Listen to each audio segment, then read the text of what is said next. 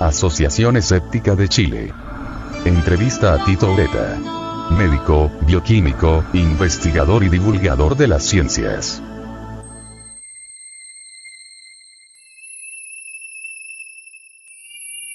Bueno, estamos con Tito Ureta, investigador, académico, docente y un gran divulgador de la ciencia, que dentro de los libros que tengo acá en mis manos en este momento es uno muy antiguo, Arca, Vida en un Universo, donde don Tito tiene un par de artículos bien interesantes, y En el filo de la navaja de Occam, que una es obra también relativamente reciente, aproximadamente unos 5 años atrás, me comenta el profesor, quien gentilmente nos ha admitido acá en su casa para justamente hablar de ciencia, de divulgación y conocer un poquito más, y ojalá el lado humano también, de este gran investigador y este impulsor de la bioquímica en Chile. Don Tito Ureta, buenas tardes. Buenas tardes, encantado de trabajar con ustedes. Le falta otro, ¿no? ¿Cuál es el otro, serie? Otro se llama Fragmentos de un manual de perplejos del siglo XXI. Más largo. Que también es el mismo estilo. El mismo estilo de la divulgación. Sí, y fíjese que este lo encontré en el mercado informal. Lo encontré en el Persa del Biobío. Acá lo encontré este. Sí, yo creo que este ya se acabó en la universitaria, creo. No, yo no me preocupo, usted sabe que las legislaciones son tan divertidas, a mí me llaman la atención. Yo no recibo un peso por este libro. Escribe el libro, lo entrega, se demoraron un montón en llegar a eso. Está bien hecho. Entonces, hay una cláusula. Dice, el autor no recibirá pagos de derechos de autor hasta que no se haya vendido la primera edición de 1000 ejemplares. La edición así completa. Bueno, no vale nada. Bueno, el otro no sé, el otro sí es una edición más limitada. Es una edición no de la editorial universitaria, sino de la Facultad de Ciencias. Pero me gusta mucho también porque trae algunas cosas como pinceladitas, autobiográficas. Trate de conseguirlo. Hasta donde yo sé, en la universitaria había ejemplares, pero no... Lo vamos a buscar entonces.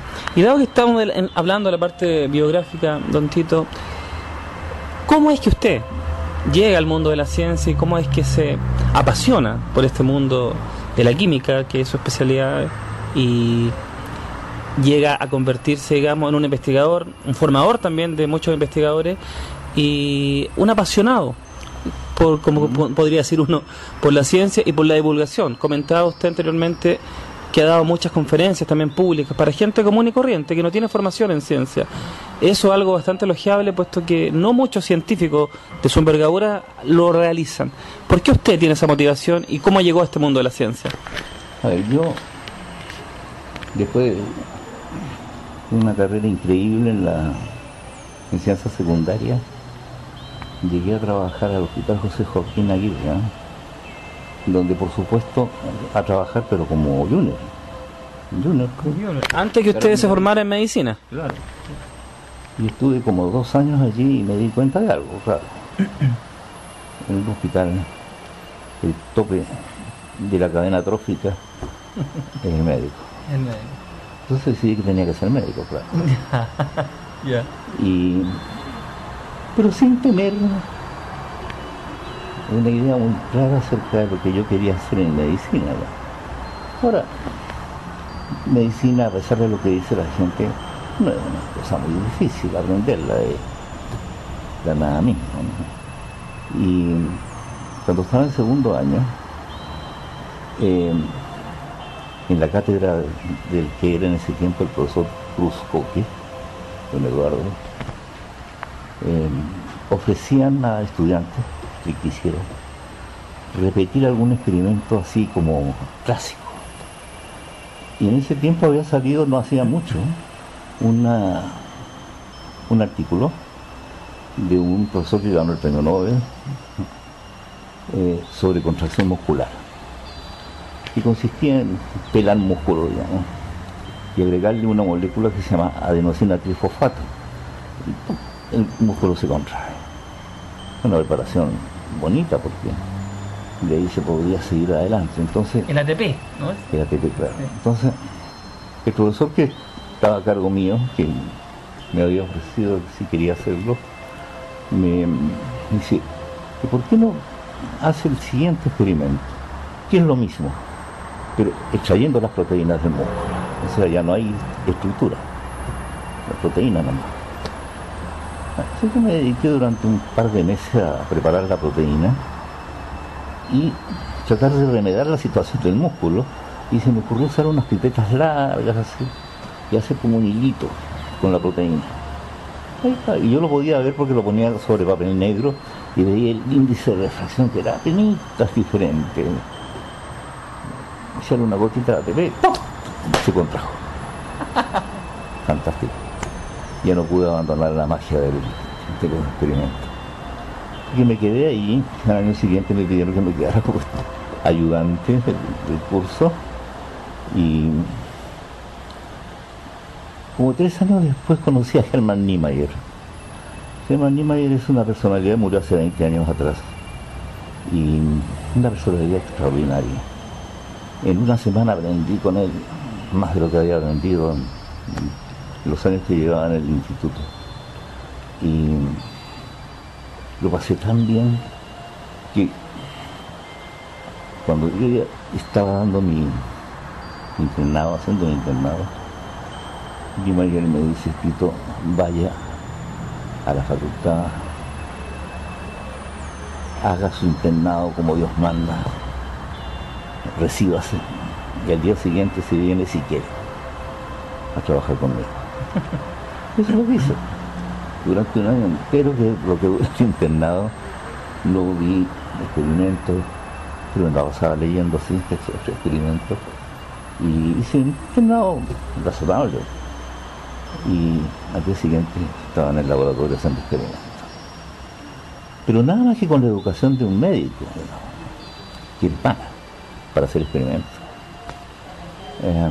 Tan mala que Germán me dice, oiga, Tito, nunca nos tuteamos con Niemeyer, trabajamos como 40 años juntos. Oiga, Tito, me dice, usted necesita matemática, física, química, con lo que usted sabe poco. Así que le voy a conseguir que el profesor tal y tal lo reciba. Muy bien. Física, primera clase. Entonces, el profesor de física, no recuerdo el nombre, empieza a hablar. Yo creo que como a los 3 minutos ya yo no estaba en clase, estaba volando por otro lado. Y estaba volando con los experimentos que quería hacer en la tarde. Después de la clase me iba a ir al laboratorio. Cuando terminó la clase me di cuenta que no había aprendido nada. Lo mismo me pasó en matemáticas y en química. No volví más. Nunca más. Y entonces me dediqué a hacer experimentos y lo pasaba tan bien. Y Germán también se aburrió de decirme que siguiera estudiando. Ya era muy grande, ya, pues ya tenía 26 años, 24 años, ya no me acuerdo, 25 tendría. Que estar con los cabros que estaban recién entrando a la universidad, no encajaba. Ah, claro. Así que no volví nunca más. Y todo lo que hice siempre fue aprenderlo así como en forma, no sé, Práctica, digamos. no tan práctico, sino más bien como intuitiva. Y me he dado cuenta, ahora ya viejo, de que claro, hay 2 tipos de científicos. Uno son los que uno llama los apolíneos, ¿no? Un investigador apolíneo sabe exactamente lo que va a hacer y lo que va a encontrar. Y el otro que es el dionisíaco, que es el que soy yo, en que no sabe nada de lo que va a pasar. Y lo hace, y si le resulta bien y si no, en buenas cuentas, lo que también llamamos a veces el investigador lúdico, que es el investigador que quiere jugar con lo que está haciendo, ¿no? Y yo tengo varios amigos, somos todos lúdicos, ¿no? Hay un investigador chileno que trabaja en Alemania, Mario Marcus, que cada vez nos divertimos mucho. Él, no trabajamos juntos, pero él es tan lúdico como yo, ¿no? Y él se puede enamorar de una orangutana y escribir poesía. Yo no soy bueno para la poesía, pero lo paso muy bien haciendo mis experimentos y sin saber lo que va a pasar, ¿no? yo creo que en este momento uno de los errores que tenemos en la educación es que a los estudiantes los enseñamos a ser apolíneos. Tienen que hacer esto, así, así. Bueno, ¿dónde está el placer de la búsqueda? El placer de la búsqueda es el camino, hacer el camino, no llegar al final al tiro. Entonces, ¿cómo enseñarles eso? No puedo decir, muchachos, para este proyecto lo que me piden es una carta Gantt. ¿La conoce la carta Gantt? Sí. Es una carta Gantt. De todo lo que va a pasar tal día. Paso. No me interesan las cartas Gantt. Y fíjese, profesor, que esa escasa motivación o esa a lo mejor aversión que tiene mucha persona en general por la ciencia se debe a que justamente la encuentran compleja. Esto que usted me acaba de describir se lo escuchaba a otros grandes científicos también en algún momento. Esta capacidad de disfrutar de lo que se hace, este placer del descubrimiento, es como volver a ser niño y tener esta capacidad de asombro todavía despierta. Sin embargo, cuando uno le toca ir a los colegios, le toca, no sé, de solo anunciar que viene a la clase de ciencia, cualquiera, esta biología, química o física, uno inmediatamente escucha ¡buah! De los alumnos. ¿A qué cree usted que se debe? ¿Será que nuestros profesores de pronto no están muy capacitados para poder transferir esta magia que usted bien dijo de la ciencia, este asombro por la ciencia? ¿O será de pronto que tenemos una escasez de divulgación desde los medios de comunicación inundando todos los lugares? ¿Qué opinan ustedes? Yo no sé exactamente, pero les puedo contar algunas cosas que... yo terminé mi educación primaria, pero tenía 8 años. Entonces, ¿cómo? No me acuerdo yo. A los 8 años había terminado sexto preparatorio. Entonces, claro, fui a matricularme a primera humanidades. Claro, hasta sexto humanidades en esa época, ¿no? No, por la edad. Así que vuelvo a hacer el sexto preparatorio. ¿Por qué no? En eso me mandaron aquí a Santiago, mis padres se estaban separando ellos. Y llegué a un liceo particular. Entonces llego, no, como dicen, no lo podemos recibir en primero, pero no tenemos sexto. Así es que asista primero, pero usted no va a pasar a segundo. Bueno. Estuve un año, volví al norte, yo soy iquiqueño, estamos en Antofagasta en ese tiempo. Vuelvo primero y me vuelve a pasar lo mismo en el liceo. En buenas cuentas, después de ser un niño de 8 años que había terminado, era un niño de 12 o 13 que todavía no estaba en la humanidad. La más remate, a mi madre se le ocurre, por razones económicas, que mejor me matriculaba en la escuela normal de profesor. Y me fui a la escuela normal. También, porque sí nomás, porque mi mamá me dijo. Y llegué allí, y la verdad es que no agarré el espíritu de los profesores. No agarré el espíritu porque había un profesor allí que un día me dijo con un lapicito: quiero que usted repita lo que yo voy a hacer con el lápiz. Entonces, tac, taca, taca, tac. Repita. Tac, taca, taca, tac. Ahora este. Taca, tac, taca, tac, taca, tac, tac. Y estuve 1 hora jugando con el lapicito. Y ya me dijo: usted va a estudiar violín ahora. Mamita, hay que comprar un violín. Entonces mi mamá se recorrió hasta Antofagasta entera hasta que me compró un violín. Oiga, fueron mis 4 años más felices de mi vida. Al año estaba en la Sinfónica de Antofagasta, como primer violín. No primer violín, sino que en la cuerda de los primeros violines. Claro, y tocando ahí, digamos. Tocando con mis otros compañeros, había varios muy buenos, ¿no? Y lo único que yo hacía era tocar violín. Todo el día me la pasaba estudiando violín. Con el resultado de que mis notas en los otros ramos eran malas. Eran malas porque además no me interesaban para nada. Fíjese que el ramo de biología en la escuela normal consistía en tejer, no me acuerdo, 30 metros cuadrados serían, de redes, porque se suponía que yo, profesor normalista, iba a ir a los pueblitos, a las caletas, a enseñarles a los pescadores a cómo tejer redes, cómo reparar las redes, no a explicarles la biología de los peces. Bueno, resultado caso es que mis rendimientos fueron tan malos que finalmente me echaron. Más rendimiento para afuera. Y yo me encontré a los 17 años desde el punto de vista del liceo, con primer año del liceo, a los 17 años. Yo había sacado, eso lo había hecho a los 8 años. Sí. Todo ese tiempo fue un paréntesis de violín, ¿no? Que me marcó para siempre. No puedo estar si no estoy escuchando música, yendo a conciertos y a veces tocando. Y aparte de la pasión por la música, profesor, también, ¿usted tiene algún mentor, algún investigador o algún intelectual que le llame la atención o que lo haya inspirado en algún momento de su vida? Solo Niemeyer. ¿Quién? Niemeyer. Niemeyer. Bueno, ¿y por qué? ¿Ah? ¿Por qué Niemeyer? No sé. Niemeyer era un tipo trabajador, inteligente, duro como mal genio. Yo siempre me entendí muy bien con él, ¿no? Además él tenía unos amigos de su edad, claro, éramos mucho más chicos. Sí los voy a mencionar, ¿eh? Nicanor Parra, Jorge Millas, Luis Oyarzún, Carlos Pedraza, el pintor.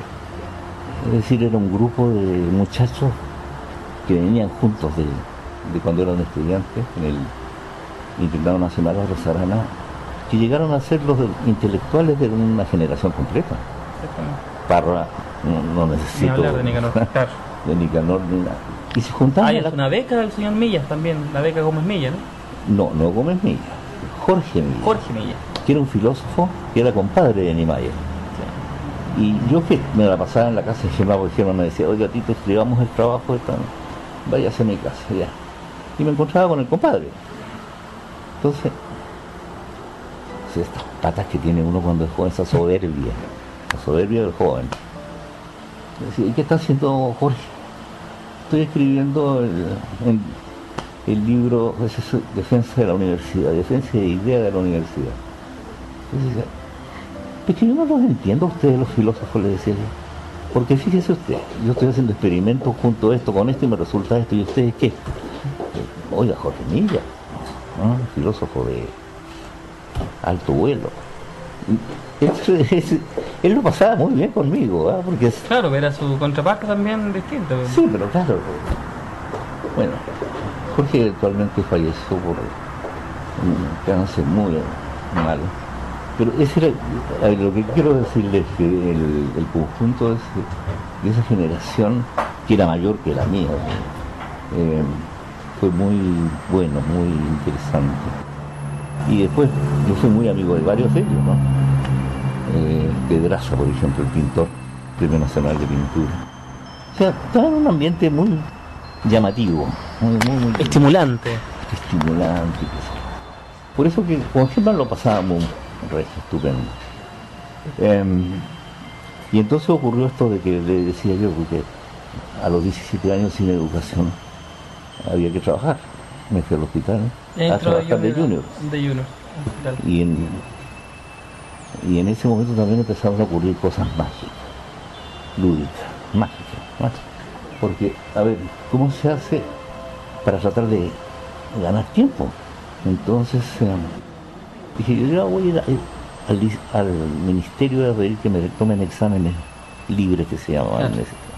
Entonces fui, ya me esperando. Y matemática. No, literatura. Y yo sentado ahí esperando que llegara algún profe que me iba a examinar, supuestamente, ¿no? Y en eso llega un muchacho, un año mayor que yo, no más. Entonces me dice, oye, ¿tú qué venías a hacer? Entonces le digo, a ver, ¿a qué venís tú? A examen de literatura. ¿Y de qué año? Cuarto año. Ah, me dice, te van a preguntar el arcipreste de Ita. ¿Sí? El arcipreste de Ita. Muy bien. Mira, y me hace un resumen. Y el conde Lucanor, no te lo pega nadie. Explícame, me cuenta. Y después te van a preguntar literatura chilena. Ah, no, eso es fácil, me gusta leer. Bueno, en eso llega un señor con ese tituleta. Así que este de ahí. ¿Qué es lo que me había dicho? Recitó lo que le habían contado hace... Conde Lucanor. Lo mismo, oye, qué bien me dijo, estupendo. Entonces, a ver, literatura chilena. Luis Durán. No di bien bola. Me dice, oye, cuando usted terminó la parte de literatura española, yo dije, qué bueno, ¿verdad? Por fin alguien que sabe lo que le estamos preguntando. Por fin. Pero en literatura chilena nada, pues. Entonces... Ahí guateó, como decimos ahora. Ah, sí. Ya, váyase con un 4. Ya. Contento. 3 días después, sentado en la misma sala, solo ahora, llega el director, se paseaba por ahí, y llega un muchacho, también un poco mayor que yo, y me dice, ¿tú a qué vienes? Examen de matemática. ¿Tu curso? Cuarto año. Algo capaz, me dice. ¿Ah? Entonces saca un lápiz, el ángulo este. Ya. Bueno, entonces quiere decir que, claro, como es exacto, ¿no? Y esta comparado con esta, ¿no? Entonces pasa el inspector y le dice, don Manuel, tráigame el acta de este niño que aprobó su examen de matemáticas. Oiga, todo fue así, todo se le fue dando en esa... se fue dando, salvo un par de ramos, precisamente en biología, ¿no? Me hacen preguntas a un niño de aquí que no le pueden preguntar por las curvitáceas, ¿por cuándo? Bueno, me barrieron. Pero me dice, no, mal, se fue. Le digo, pero profe, estoy trabajando, fíjese, y necesito esto. Ya se la subí, me bajó. Y por lo tanto, entonces eso lo desaprobé y otro examen más. Pero me pude matricular en 5º año. O sea, de un plumazo, en una semana, yo pasé del primer año manejo al 5º manejo. Por esa sola cosa. De un plumazo. De un plumazo. En buenas cuentas yo no tuve educación. No. O digamos educación formal. Fue una educación Formal. Intuitiva. Claro. Como te dice. Y por eso seguí intuitivo toda mi vida. Qué bueno. Eso es algo que es destacable. Y este curso que hablamos un poquito para entrar de lleno a estos temas ya que nos interesan, que es sobre vida en un universo, donde usted hace un par de artículos que son bastante interesantes. Cuéntanos un poquito cómo se gesta la idea de este libro, Arca, que estuve leyendo que es el nombre que le dan algunos aborígenes en el sur, ¿no? A lo que está arriba, aquello que está arriba. ¿Cómo se les ocurre a ustedes en la universidad plantearse? Porque generalmente se dice que la ciencia, los científicos son apolíneos, más que nada. Así, esa es la idea general que hay de los científicos. Por lo tanto, no se meten en estos temas o en estas cosas que podrían ser consideradas por muchos otros personajes más misteriólogos, más estos famosos ufólogos, no sé si usted los conoce, que andan hablando y viendo ovnis por todas partes y extraterrestres. Entonces, llegar a encontrarse con un libro de esta calidad, la verdad que para mí fue realmente asombroso. Y me llama la atención de que existe el curso todavía y que se esté haciendo. Y está muy de moda en la literatura científica también, ¿no? Muy bueno. Entonces, ¿qué es lo que uno hizo para llegar a eso? Exacto. Yo no me acuerdo mucho, pero claro, después de la experiencia con ese libro, con ese arca, me dicen, oye Tito, ¿puedes seguir dándonos la clase? ¿Por qué no? Y me puse a estudiar y lo encontré apasionante, porque me gusta mucho la evolución. Y claro, la vida en otros planetas requeriría de evoluciones que pueden ser muy independientes, muy diferentes, ¿no? Pero tiene que tener también una especie de como base común. Las proteínas no evolucionan cada uno por su cuenta, ellos evolucionan por este lado o por este otro, ¿no? Tienen que seguir algunos principios generales. Eso, ¿no? Está esta famosa fórmula de sí, ¿no? La ecuación de Drake. Claro, Francis Drake No, no es fácil, pero siempre me río de unos compañeros míos que... Frank Drake. Frank. Frank, ¿no? Frank Drake. Tiene esta idea que es simplemente una medida de la ignorancia que tenemos. Claro, porque por no decir la probabilidad de que haya 100.000 galaxias en el universo, hasta llegar finalmente a que hay una sola vida en todo el universo, la nuestra. Una de las cosas que siempre defienden, digamos, estos personajes de la ufología es la existencia de los extraterrestres, la famosa hipótesis extraterrestre, que acá está bastante refutada en el libro y también por muchos otros investigadores. Pero lo que sí me he dado cuenta es que los científicos no niegan la posibilidad de vida extraterrestre. La posibilidad, que es una cosa distinta a pensar de que están acá. Pero que a veces las distancias son tan grandes y tan enormes que si existiera algún día una civilización que quisiera primero... Porque lo que ocurre acá es que primero uno tendría que pensar en la evolución, ¿cierto? O sea, cualquier organismo debiera desarrollarse transformando energía en materia después, qué sé yo, en inteligencia o conciencia. Y posteriormente tener el ánimo de comunicarse, que sería otra condición. Sin embargo, también a veces somos un poco antropocéntricos, ¿cree usted? Con respecto al hecho de que siempre pensamos de que esta inteligencia debiera ser similar a la nuestra. Claro, bueno, o que debiera estar basada en elementos similares. Sí, esa es la idea. Bueno, en el último tiempo, desde el año pasado, me dio por escribir cuentos. Escribí un cuento de ciencia ficción, ¿no? Ya. Porque Nature, ¿conoce la revista Nature? Sí, por supuesto. Nature tiene una sección de ciencia ficción. Ah, eso lo sabe. Se llama Futuros, Future. Entonces, escribí un cuento. Y lo mandé, que, digamos, me lo van a rechazar, por supuesto. Cada semana me dicen, ¿dónde le mandamos un cheque por $150? Que me pagan por algo. Y se lo publicaremos dentro de un mes. Efectivamente, perfecto.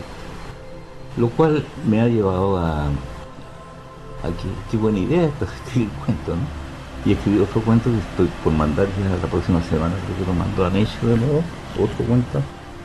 Pero son cuentos borgianos, ¿no? De Borges. Es decir, tomo una idea de Borges y la transformo en cuento. Pero también se me ocurrió otra, que es un poquito más durazna, digamos, va a ser más difícil que lo acepte en ello, ¿no? Y es, hay una sola vida en la galaxia. Y son todos unicelulares, en todas partes. Y todos son iguales, excepto en la Tierra, donde se desarrolló la multicelularidad. Pero la multicelularidad tiene problemas, porque se desarrolla a partir de ese solo hecho la necesidad de alimentarse del otro y por lo tanto comérselo, ¿no? Y por lo tanto una cadena de violencia que conocemos, ¿no? Claro. Usted dijo la cadena trófica, como la cadena trófica, en el cual el punto culmine es el humano, que procede a comerse al que se le pone por delante. Y entonces este cuento termina en que el humano es tan violento con todo lo demás que hay que pararlo. La Confederación Galáctica, por lo tanto, ha decidido que toda la información que los humanos están usando hay que distorsionarla, que no pueden obtener información acerca de lo que está pasando en el otro lado de la galaxia, que todo lo que hagan con sus viajes espaciales van a ser modificados por la Confederación de tal manera que no sepan nunca, ¿no? Interesante los cuentos eso. Y la forma de tal vez de acercarse también a la ciencia, porque uno puede estar haciendo la ciencia dura, claro, pero también tiene este derecho o ejercicio de la imaginación de también volar por un lado, pero siempre sostenido tras del método científico, que yo creo que es la base del conocimiento real. Exacto. Porque hay muchos conocimientos, pero el real, el que nos sirve, el que funciona, siempre está ligado al método científico. Entonces también se me ocurrió otro cuento, también lo tengo ya prácticamente listo. Faltan detallitos así como gramaticales nomás, que tiene que ser en inglés. Claro, han hecho. Entonces ¿y no los publican en español? No, incluso está prohibido que lo publiquen hasta dentro de unos. En ese cuento dice, ha llegado un mensaje de la Confederación Intergaláctica. Los humanos están comiéndose a todos los multicelulares, a todos.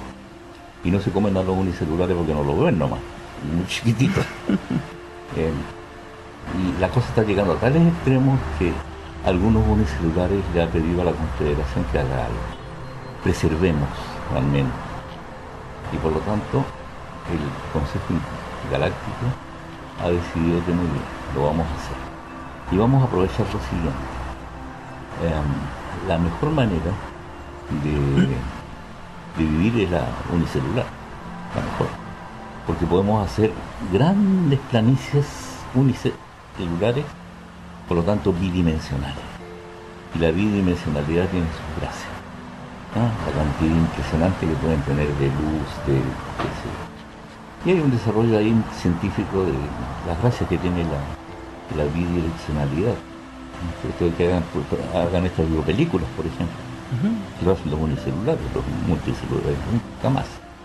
Entonces, ya, toman los unicelulares y se llevan a los que están arrancando, que son jirafas, leones, hienas, qué sé yo.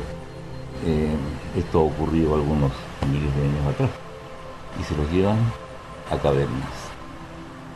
Y los inducen un sueño y les inducen la bidimensionalidad.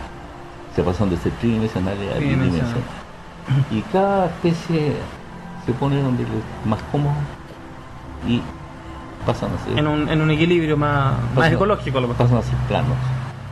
Con lo cual tienen un montón de ventajas, se duermen y ya, quédense ahí, durmiendo hasta cuando pase el peligro. Eventualmente los humanos logran entrar a la caverna. Y cuando se encuentran con esto dicen, qué hermosas las pinturas que dibujaban nuestros antepasados. Qué bueno, qué bueno. Sí, que están bonitos esos cuentos. Si uno... ¿A propósito de qué era? A propósito de la conversación que tenemos, hagamos hablar la imaginación un poquito. Acá sabemos que en nuestra biología el carbono es la base de la vida. Se ha hablado también, y escuché también una vez en una entrevista que leí por ahí, que el silicio podría ser un elemento que podrían ocupar otras formas de vida para desarrollarse. ¿Qué opina usted de eso? O si existe dentro de la biología o de la tabla periódica otra posibilidad de llegar a transformar algo multicelular o algo más que tenga más elementos. Silicio es malazo porque da unos compuestos tan estables que es casi imposible que puedan reemplazar el carbono. Igual el oxígeno, lo mismo cuando se puede. El oxígeno puede ser reemplazado. Y en este momento se están descubriendo en todas partes del mundo aquellos organismos extremófilos que son capaces de meterse en las rocas más duras y de sacarle de ahí la energía, usando hidrógeno y azufre sobre todo. Entonces, pero el silicio no anda. Lo descartan. Reemplazar el agua. Bien. Estos experimentos también que unos clásicos de Oparin, de Miller al principio para generar y ver la posibilidad de vida, dicen que llegó a ocasionar elementos simples, ¿no? Aminoácidos que podrían considerarse la base después de las proteínas de la vida. Eso da a entender entonces al profano de que esta posibilidad podría existir en otros lugares. Podríamos llegar a ese nivel. Pero ¿cuál sería el salto que debiera ejecutar cualquier organismo para llegar a transformarse en algo que podríamos ya considerar como inteligente o capaz de manipular el medio, no sé, y llegar en algún momento a querer comunicarse? No lo sé, yo creo que no, ¿no? Aquí en la Tierra solamente una vez se ha producido un evento, digamos, de inteligencia, a pesar de que no es solamente el humano, ¿no? Pero las ballenas, los delfines, tantos otros que son capaces de hacer cosas muy inteligentes. Son diferentes a las nuestras, pero claro, las biologías son diferentes también. Y por lo tanto no puede esperar uno que los pajaritos estos que construyen nidos, que son unas maravillas para aparearse, no para cuidar huevos, que son los que se llaman bowerbirds. Estos bowerbirds construyen unas cosas maravillosas y tienen que aprender a hacerlo, porque cuando llega un pájaro un poquito más antiguo va y se lo echa abajo para que no se paree y se aparee él, ¿no? Son tan hermosos. Entonces no le va a pedir a ese bowerbird que razone sobre Platón o sobre Aristóteles. Eso es lo que su biología le permite, ¿no? Que es otro punto interesantísimo. todos tenemos que darnos cuenta de que no podemos volar, por ejemplo, ¿no? Usted puede saltar todo lo que quiera, aletear todo lo que pueda, no llegará a ninguna parte. Y sin embargo, el humano es capaz de volar todos los días. Millones de personas se van de un continente a otro y no nos damos ni cuenta siquiera, ¿no? O sea, el hombre puede trascender su biología. Maturana siempre ha dicho, ¿no?, que el hombre no puede ir más allá de su biología. Piensa, va más allá de su biología cada rato. Y el problema, por supuesto, está en cómo lo hace, gracias a la cultura, por supuesto. Por lo tanto, la biología, o sea, la cultura, entra a pasar a ser un elemento que hay que estudiar científicamente, ¿no? Y en general los biólogos moleculares como yo no somos de los que estamos muy preocupados de la cultura, ¿no? Y yo cuando en mis conferencias, por ejemplo, saco la idea de Richard Dawkins de los memes, que a la pelería, ¿no? Claro. Claro.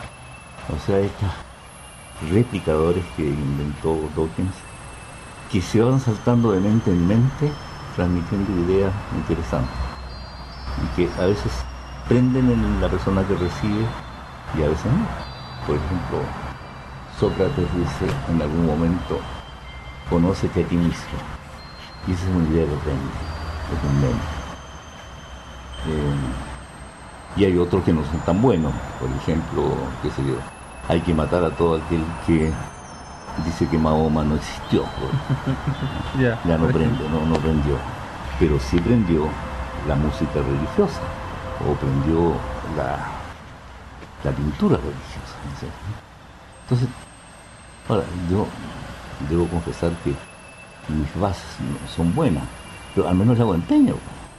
Por lo menos, qué bueno que esa es la gracia de aprender, po. Claro. Siempre estar enfrentándose a un desafío y tratar de comprenderlo. Exactamente. Entonces, eso es bueno. Por lo tanto, las dimensiones en las cuales el humano puede ir más allá de su biología se expanden de forma notable. Entonces, muchas veces me dicen, ya, a ver, por lo tanto, usted está hablando de conciencia. Esto es cuando peleo en la facultad, claro. A ver, me dice, sí. ¿Pero cómo esto? ¿Cómo es posible que tú creas que la conciencia es un fenómeno molecular? Bueno, ¿qué otra posibilidad hay? No hay otra. La única manera es recurriendo a las moléculas, a los juegos de moléculas dentro del cerebro del humano. No hay otra posibilidad. Y eso es duro de aceptar. Claro, porque ahí lo van a catalogar de reduccionista, de positivista y todo lo demás. Sin embargo, comparto con ustedes esa idea, y también entiendo que el problema duro hoy de las ciencias cognitivas es justamente el tema de la conciencia. Ahí están peleándose filósofos con neurocientistas y todo el tema sobre qué es lo que es esta cuestión. Pero yo comparto la idea. ¿Ah? En mi biblioteca, aquí en esta casa usted no se da cuenta, porque está rodeado por 4.500 libros. No, No lo ve ninguno. Si después me mostrara, yo sería feliz de ver los libros. Me encantan. Bueno, en esa biblioteca, los libros sobre neurociencia. Yo no soy neurocientífico, pero me gusta, pues. Así es que finalmente el pináculo de la evolución y la última frontera, digamos, el conocimiento hoy por hoy es el cerebro. Bueno, y como usted dijo, y si la conciencia está ahí, tiene que tener un elemento material, y ese elemento material son las moléculas de proteínas. Y sin eso no hay conciencia, no hay mente. O sea, el que quiera decir eso otro está, no sé, está haciendo como una cosa media metafísica, media... Claro, está haciendo, como decía un autor también ahí, el Karnat del Círculo de Viena, está teniendo como una actitud emotiva ante la situación, pero no está haciendo ciencia. Él decía que el metafísico era un artista frustrado. ¿Por qué? Porque el metafísico cree que hace ciencia, pero cuando habla de ciencia está planteando una actitud emotiva ante la vida, una cosa media emocional, pero no científica. Y ese es su problema. En cambio, el artista no hace ciencia, el artista es artista. Claro. Y hace lo que quiere, por eso que el metafísico es un artista frustrado.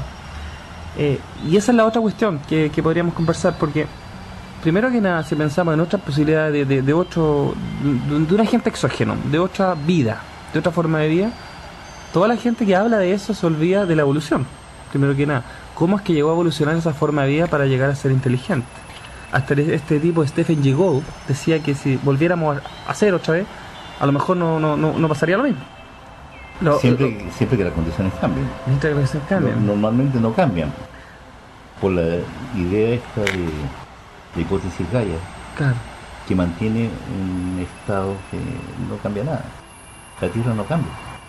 El planeta, digamos, fuerza a todos los organismos que habitan la corteza a mantenerse y mantener el planeta en un estado de homeostasis permanente.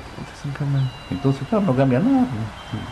Cualquier cosa que pase va a repetir lo mismo, ¿no? Ahora uno dice, sí, pero las cebras van a salir con las mismas rayas. Bueno, depende de los genes nomás, ¿no? Se critica también el hecho de que la teoría biológica parte de la idea de la célula, de ahí va adelante. Pero ¿cómo se llega a formar la célula? ¿O cuáles son los elementos que componen en algún momento, en esta caldo primordial que decían los antiguos, ¿no? ¿Dónde se inicia la vida? ¿Cómo es que estos elementos de pronto externos se juntan y crean una célula, ya con toda esa cosa completa que le permite después replicarse, multiplicarse y llegar a lo que somos hoy, multicelulares? ¿Usted cómo imagina o qué intuición tiene con respecto a cómo se originó esto? ¿Cómo fue el origen de la vida en la Tierra? A ver, uno es el que aumenta la información, la cantidad de información en el sistema. Y esa cantidad de información aumenta gracias a lo que un amigo mío italiano llama los códigos orgánicos.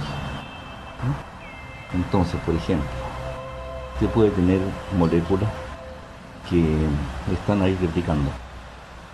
No se forma nada porque replican nomás. Replican. Y así podemos llegar al infinito replicando sin nada más. Y esas moléculas se destruyen y vuelven a formar otras que no son iguales. Pero de repente aparecen estos códigos. Y entonces la combinación, por decir cualquier cosa, es uridina igual fenilalanina. Es un código. ¿Eh? Y por lo tanto, cuando está presente la UUU, en alguna parte se va a formar un aminoácido que se llama fenilalanina. Y eso va creciendo porque se adoptan para cada molécula códigos, que son códigos orgánicos, claro. Una vez que se han formado los códigos orgánicos, no hay vuelta atrás. ¿Qué pasa en ese momento? Que aparece el código genético. Y el código genético cambia todo. Entonces empiezan a formarse ahora, por ejemplo, membranas celulares, por ejemplo, mecanismos para utilizar ATP o para sintetizar ATP, cualquier cosa. Códigos orgánicos. Entonces dicen, pero oiga, códigos orgánicos, ¿cuántos hay? Pues me está hablando del código genético. Sí, claro, uno. ¿Hay otro? Sí, hay otro. El lenguaje es un código orgánico. ¿Y hay otro? Oye, han pasado 4.000 millones de años de evolución. Y si usted me dice que no hay otros códigos es porque no los ha visto nomás, no los ha estudiado, no sabe. ¿Ya? Estoy seguro que hay miles de códigos para muchas cosas. Y ya se están descubriendo. El código epigenético, por ejemplo, que es una cosa de última moda, en este momento hace que los azúcares están obedeciendo a lo que se llama el código azúcares. Los azúcares no tienen las fórmulas químicas que tienen glucosa, por ejemplo, glucosa, como en el caso del almidón, sino que tienen glucosa, acetilglucosa, glucosa manosa, y en fin, bastante complicado. Entonces, códigos orgánicos. Ante mis preguntas a Barbieri, de los códigos orgánicos, que tiene unos libros gigantescos, si no lee nadie, me dice, bueno, es que y lo que yo estoy buscando son reglas semióticas. Entonces se mete en la semiología, cosa en la cual yo no soy nada muy ducho. Pero en fin, trato.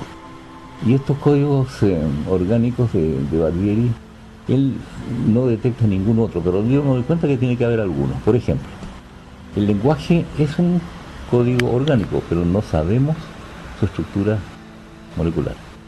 A ver, usted mira algo, dice verde, ¿no?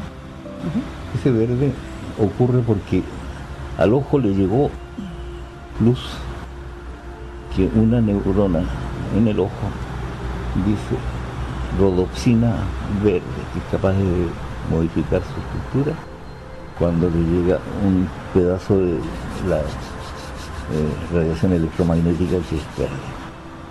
Ya. Y entonces, ¿qué? ¿El verde se va por un hoyito hasta el cerebro?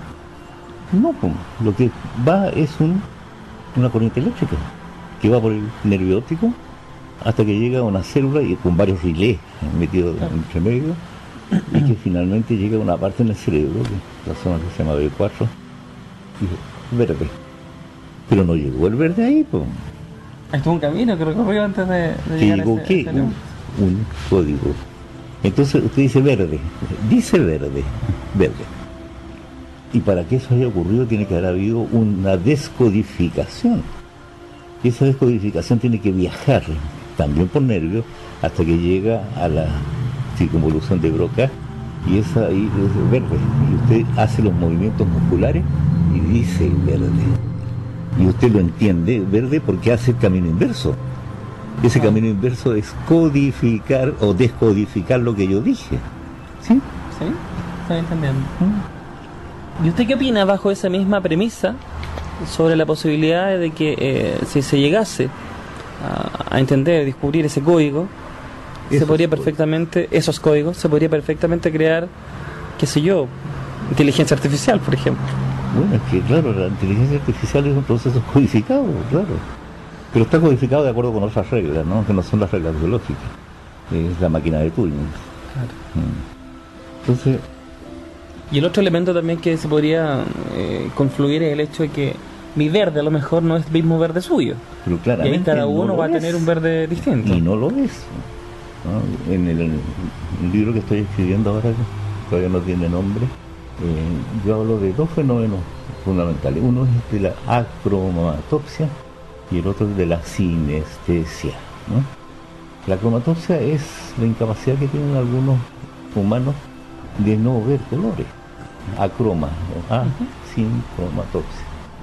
Y hay mucha gente que no es capaz de ver colores y tienen un mundo gris. Pero pobre gente.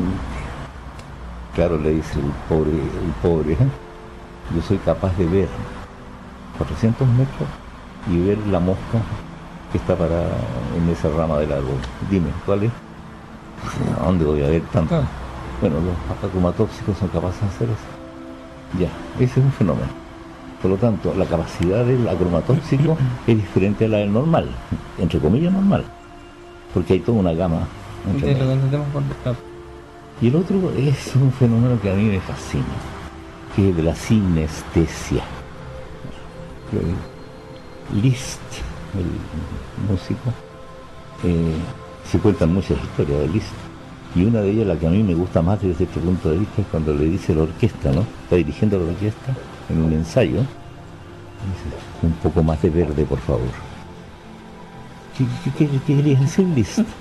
Que Liszt era capaz, como muchos otros, ¿no?, de ver colores cuando está escuchando música. Y eso se llama sinestesia coloreada. Los poetas, Rimbaud, por ejemplo, y muchos otros, Nabokov, sinestésicos profundos.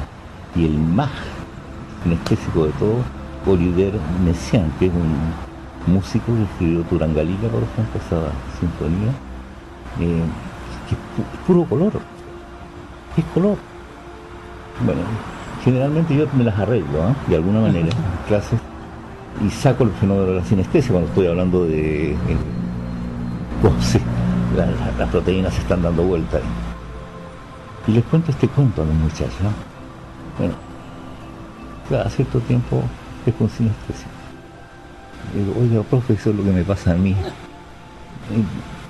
¿Y tú te habías dado cuenta? Pero yo pensé que todo el mundo era igual, que todos veían colores cuando estaban escuchando música, ¿no? No me dice otro. Lo que pasa es que cuando yo veo un cuadro, se me excitan los ojos. O sea, los fenómenos que están ocurriendo a nivel sensorial son interpretados por más de una vía sensorial, cosa que no ocurre en los normales, entre comillas normales. Usted tiene visión y ve colores, pero no a la vez música y no a la vez gustos, ¿no? En cambio otros sí, otros son capaces de hacerlo, ¿eh? O sea, no somos iguales. Eso es muy interesante. Esa es la sinestesia. Y para ir cerrando, dado que le pedí una hora nomás de su tiempo, doctor, cuénteme una cosa. El tema de la divulgación científica, en especial esta que llega a la gente común y corriente. Nosotros en la radio estamos haciendo un esfuerzo por lograr llevar un poquito de divulgación científica, que no es lo mismo que hacer ciencia, a la gente, con el fin de poder lograr lo que usted dijo al principio, maravillarlo, que entiendan de que de pronto la ciencia puede presentar un panorama tan entretenido y tan misterioso como estos cuentos que a veces les gustan escuchar de estos charlatanes de turno que aparecen en todos los programas de televisión y en algunos programas de radio también. ¿Qué mensaje le podríamos dar nosotros a la gente que les gusta la ciencia y que en algún momento a lo mejor se siente que no es capaz de hacerla, o porque la considera compleja, o porque es fuera de lugar también en muchos casos? Para esa gente intuitiva, para esa gente que quiere aprender y que no ha pasado por la universidad y no va a pasar tampoco, ¿qué le podría decir? Lo que pasa es que los científicos, aún con esta cosa de interactuar con gente común y corriente que no tiene por qué saber nada de ciencia, es raro, es un fenómeno de baja probabilidad.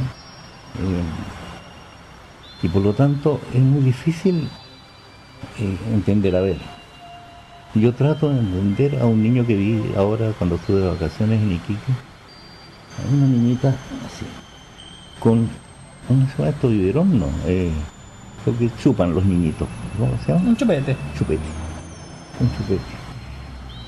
De pie, ella, con el mouse en la mano y mirando el computador, pero chupando el chupete. ¿Ah? Más tecnologizado, ¿dónde, Carlos? Entonces digo yo, a ver, pero esta niñita entiende que cuando está apretando el botón izquierdo del mouse está desatando una serie de hechos que son moleculares, claro, ¿no? O eléctricos, que viajan por circuitos para producir, por ejemplo, qué sé, un destello en la pantalla. Corta un cuesco, ¿no? Y eso le pasa a toda la gente. Usted toma un celular, ¿no? Mete los pulgares, ¿no? Todo el mundo usa los pulgares, ¿no? Empieza a hablar, no se pregunta ¿cómo es posible que esto funcione así? Y que yo esté hablando con la gente en China. ¿Cómo es que sucede? Oye, sí, no importa, funciona. Entonces, manipulativa nomás de las cosas, de los elementos. Mis propias capacidades son claramente insuficientes como para que uno u otros podamos enseñarle a la gente que no ha tenido educación. Podemos enseñarle una parte chiquitita, ¿no? Pero yo cada vez que me pongo a escribir libros, por ejemplo, sinestesia, o caos, o fractales, o lo que usted quiera, tiene que sufrir porque tiene que estudiar, tiene que meterse en los libros. Y entonces me decía usted, ¿qué? ¿Bioquímica? ¿Ese libro? Y yo digo, sí, ese libro, para poder escribir ese libro tengo que meterme en cosas que no son, como por ejemplo, a ver, tienen que ver más bien con cuánto, teoría cuántica. Entonces llega un momento en que yo empiezo a flaquear. No tengo educación, no la tuve nunca. Y entonces si me meto a lo valiente nomás, pues ya aquí me voy a meter, tomo mi lanza en ristra y me lanzo nomás contra los molinos de viento. Pero las probabilidades de que vaya a aprender realmente algo, a ver, los agujeros de gusano, por ejemplo. Si estoy pensando en temas de cuentos, ¿no? Entonces, mira, un agujero de gusano. Ya, me he leído 4 o 5 libros. Al final me entendí bien los agujeros de gusano, y la verdad es que puedo haber entendido algunas cosas, pero no todas. Entonces es muy difícil poder conversar con mucha gente. Yo tengo amigos que son de todas los cosas que la gente sabe. Mi mejor amigo en este momento, hasta que nos muramos, es un ex piloto holandés. Ya está jubilado. Y él sabe manejar un avión, no los más nuevos, claro. Entonces me dicen, no, oye, Tito, a un piloto no se le pide, incluso se le pide que sea un poquito tonto, porque si no, no va a seguir las instrucciones. Tiene que tener un cierto nivel de... Bueno, instituciones armadas, donde esa cosa es fundamental, que sigan la orden. Las órdenes. Que no sea todas las pailas. Ya. Como otro precisamente militar. No, ya me fui del ejército. ¿Y por qué? Es que no importa. Pero, ¿y te has acostumbrado? Más o menos, no, me dice. Fíjate que ahora en la empresa privada donde estoy, me dicen, oye, necesito un auto a las 4 de la tarde. Y el auto puede que esté o puede que no esté. En cambio, en el ejército, el auto está a las 4 de la tarde. Está.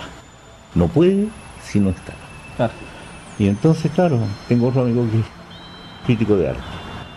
Y vamos a veces, no siempre, desgraciadamente, a ver alguna exposición y su lenguaje para mí es absolutamente desconocido.